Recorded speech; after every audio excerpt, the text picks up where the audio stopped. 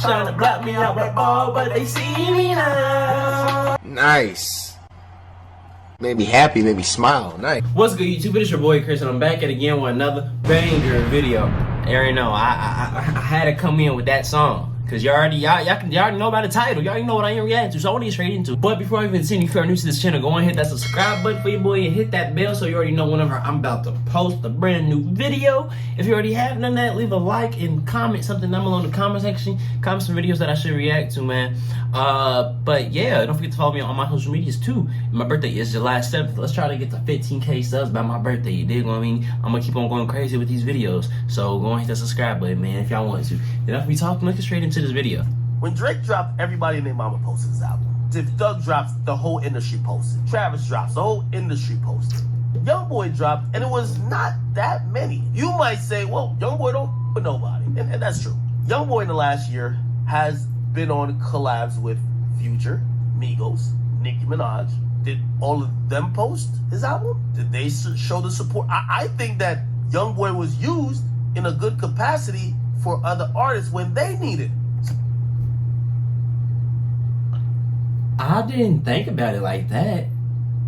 Wow. I could. Oh shit. Oh wow.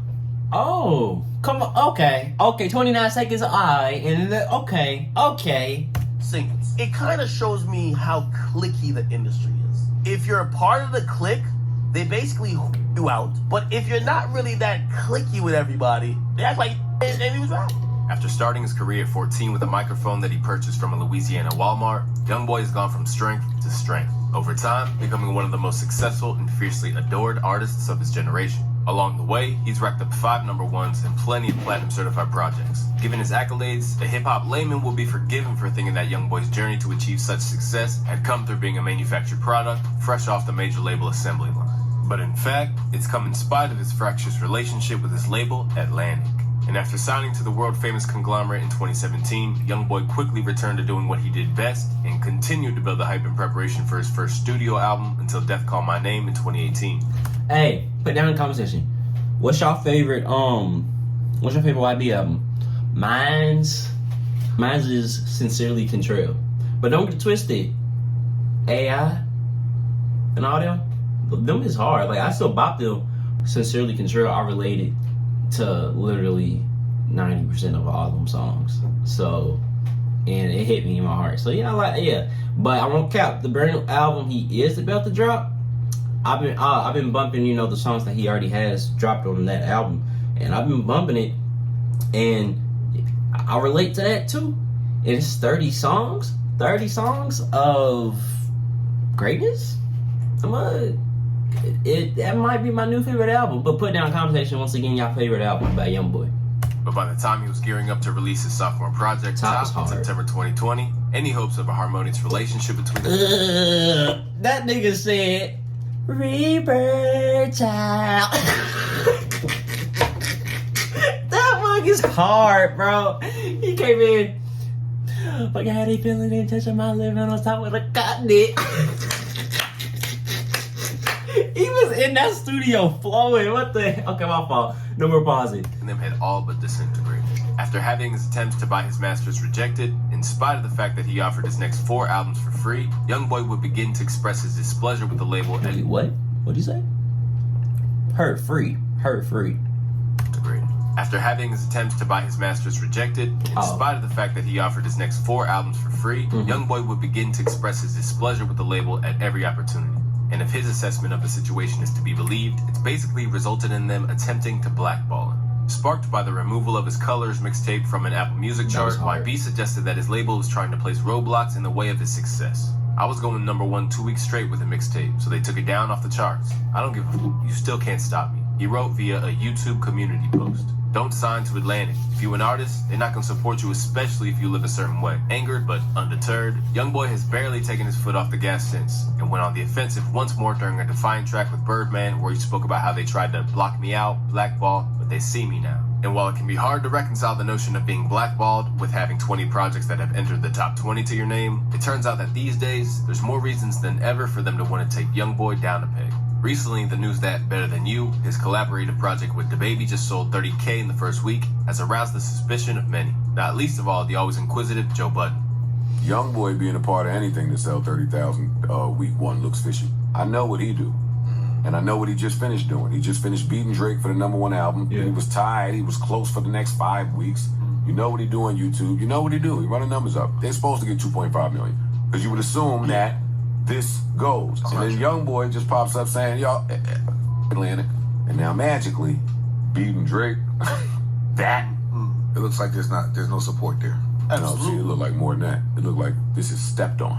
Engaged in a cold war with the company that owns his likeness, YoungBoy finds himself in a rare position of realizing that his record deal doesn't benefit him at all. Denounced by independent pioneers such as Master P and Russ, YoungBoy's deal has been a subject of controversy for years now. And considering that he signed for an alleged $2 million, it's not hard to see why. In fact, his YouTube numbers alone would prove that he's had anything but a fair shake. Yeah. Over the years, YoungBoy's videos have accumulated over 9 billion views. And while Drake has reigned supreme on the other streaming platforms, YoungBoy has long been the king of YouTube. NBA YoungBoy's YouTube page generates 292 million views a month, revealed academics in a 2021 tweet, which means YouTube pays out his label approximately 1.4 million a month, approximately 16.8 million per year just for his YouTube content. If this is true, it suggests that he's been nothing less than exploited. And now, it appears that YoungBoy is trying his best to be the whistleblower to stop other artists from signing. We don't do ads around here, y'all, but I'm actually glad that, well, never mind. I'm just gonna be quiet. I'm gonna keep on listening. Didn't you learn? Best to be the whistleblower to stop other artists from signing. Well, I think as you learn, the business you learn how badly you been taken advantage of. I ain't never got paid from YouTube a day in my life. Make all the money off my YouTube and then give me a small percentage out my wallet. Slavers, huh?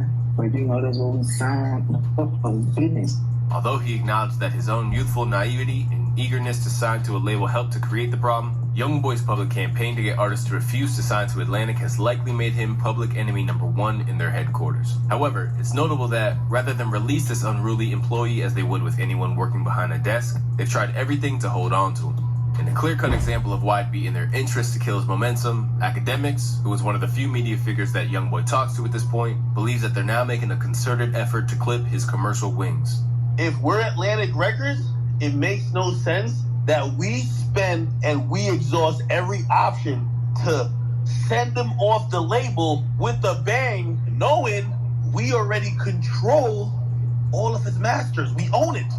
YoungBoy turned down every deal they sent to him. If he drops an album selling another 150, his leverage is so crazy that they either got to go double in the amount of money they offer him now, or they got to let him walk. It's in their best interest that he don't go too crazy, that he could be humbled and think, hey, let me stay with Atlantic. That's why I say he gonna do between 120, 130, and 170.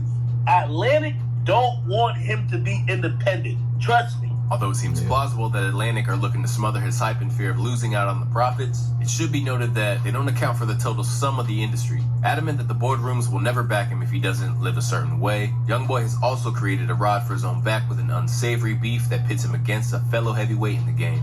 In recent times, YoungBoy's taken up the mantle from his Never Broke Again signee, Quando Rondo, in order to feud with Lil Durk and the OTF crew. And in recent tracks, he's even slandered the memory of the late King Von, whom Quando's friend, Lil Tim, is widely believed to be responsible for the death of at every opportunity. Unsurprisingly, devoting any energy into besmirching the name of a dead man isn't exactly going to appease corporate higher-ups. However, the other wrinkle comes from the fact that while YoungBoy is a notoriously insular artist who rarely does a feature or allows for guest appearances on his mixtapes, Durk literally works with everybody. As a result, many people believe that when given the choice of which bridge to burn, artists have sided with Durkio. You got him and Quando and a lot with Durk. You gotta be a certain type of artist to be able to just be in the middle. If you kicking it like your brother, so the situation stand on that. I feel like if it's me, don't be in my face with all that, like, and then be with a who you know killed my boy. Keep your over there. We ain't doing that. While being ensnared by street politics is one thing, it seems that much of the broader musical community are distancing themselves from YoungBoy's side too. And in the estimations of academics, it appears that the King Von situation has made public support for YoungBoy a dangerous proposition. When Drake dropped, everybody and their mama posted his album. If Thug drops, the whole industry posted. Travis drops, the whole industry posted. YoungBoy dropped, and it was not that many. I think that YoungBoy was used in a good capacity for other artists when they needed singles. Did they reciprocate? It kind of shows me how cliquey the industry is. If you're a part of the clique, they basically you out. You're then spread thin to save everybody's career and give everybody a moment. But if you're not really that cliquey with everybody, they act like and he was rap. I'm wondering if the latest situation with Quando Rondo may affect people showing love, especially industry dudes. Dirk is on fire right now. Dirk was following YoungBoy, unfollowed him as soon as his page came back up. I'm wondering if that affects anything. I was told Quando Rondo wasn't getting industry support, and it's kind of a reliable source, because if certain entities or people support him in the industry, it would mean they're going against the other side. The feud, which Julio deems as big and potentially volatile as the war between Pac and Biggie, it appears that not only has the beef had the unintended effect of minimizing his list of potential collaborators, but has labels doing calculations as to whether they can sign him. Prone to laying out menacing messages to his enemies and money, YoungBoy's also facing a potential 7 years behind bars at the moment. As a result, there's every chance that if he was even slightly less successful, then he'd be seen as damaged goods. But, with the exception of the DaBaby debacle, all signs suggest that even if the industry tries to stifle him, the people won't. In October of last year, YoungBoy joined the illustrious ranks of Tupac and Lil Wayne to become the third man to score a #1 album from behind bars, once again with very little promotion from Atlantic. Respected among his peers that exist beyond the street sphere, it's also been reported that new music with a fully fledged pop star in Lil Nas X could be on the way. Oh, wow. Meanwhile, one of the culture's most uncompromising innovators has been doing his part to let the world know that YoungBoy is simply misunderstood. Sending love to NBA YoungBoy, man, for real. He's such a sweetheart, dude. Like, we kicked it a few times. Like, that's a sweet person, bro. Like, I think he's just evil. Like, no, he's like fun. Similarly co-signed by Childish Gambino, who showed his solidarity with YoungBoy by changing his Twitter profile to the embattled rapper, NBA has no shortage of powerful admirers. And even if his own label might be doing their utmost to suppress him and create the illusion of downturn in fortunes, it hasn't stopped him from earning his first Grammy nomination with his Tyler collab, What's Your Name? Alright, let's talk about it. Let's talk about it real quick. Let's talk about the Grammy real quick. Don't nobody mess with the Grammy. Okay, let's start there. Don't nobody really mess with the Grammy. We already know YoungBoy. He should already have a lot of Grammys, but we already know how the Grammy works and stuff like that. But I will say I am glad though that a lot of different artists are just coming out and they're supporting him in any type of way, because we all see how messed up and stuff it's getting for him and stuff like that. But I do pray and hope that he can get out and he can have all of his masters and stuff like that. But shout out to Tyler the Creator and everybody else too. Regarded as such a surefire hitmaker, his reputation now precedes him to such a degree that his features reportedly command a price tag of over $300,000. And while this may seem like a lot, it'd be hard to argue with the data behind it. As of February, he'd surpassed both Future and Mr. Platinum with no features himself, J. Cole, in terms of quantity of the RIAA certifications. And even more impressively, he's done it while being 18 years their junior.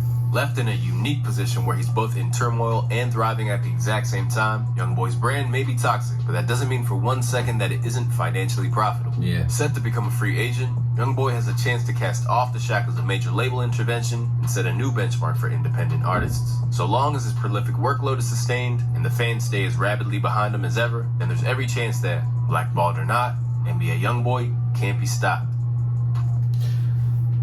Okay. I have a few takes real quick. A few takes. This is just my thoughts. This is just what I think YoungBoy could do. He might not. So he could either sign to another label, but I honestly feel like after going through all this, I don't think he would. So I feel like he's gonna do what like Chance the Rapper did and just be independent all the way. And honestly, it wouldn't hurt him because look at the numbers that he's doing and stuff like that. But I feel like whenever he leaves Atlantic, they about to be sad. They're going to be sad. Because they'll be like, damn, we really did him wrong. We really blackballed him wrong. And then, look, I'll tell you this right now. I'm having a feeling whenever he leaves, becomes independent, his stuff's about to go even more crazier. He's about to be even more richer. But hope y'all enjoyed this reaction video, man. Y'all put down in the comment section too, once again, y'all favorite YB album. But I hope y'all enjoyed this reaction video, man. Please don't forget to like, comment if you're new to the channel. Go ahead and hit that subscribe button, and I'll be back with another banger video. I'm out. Peace.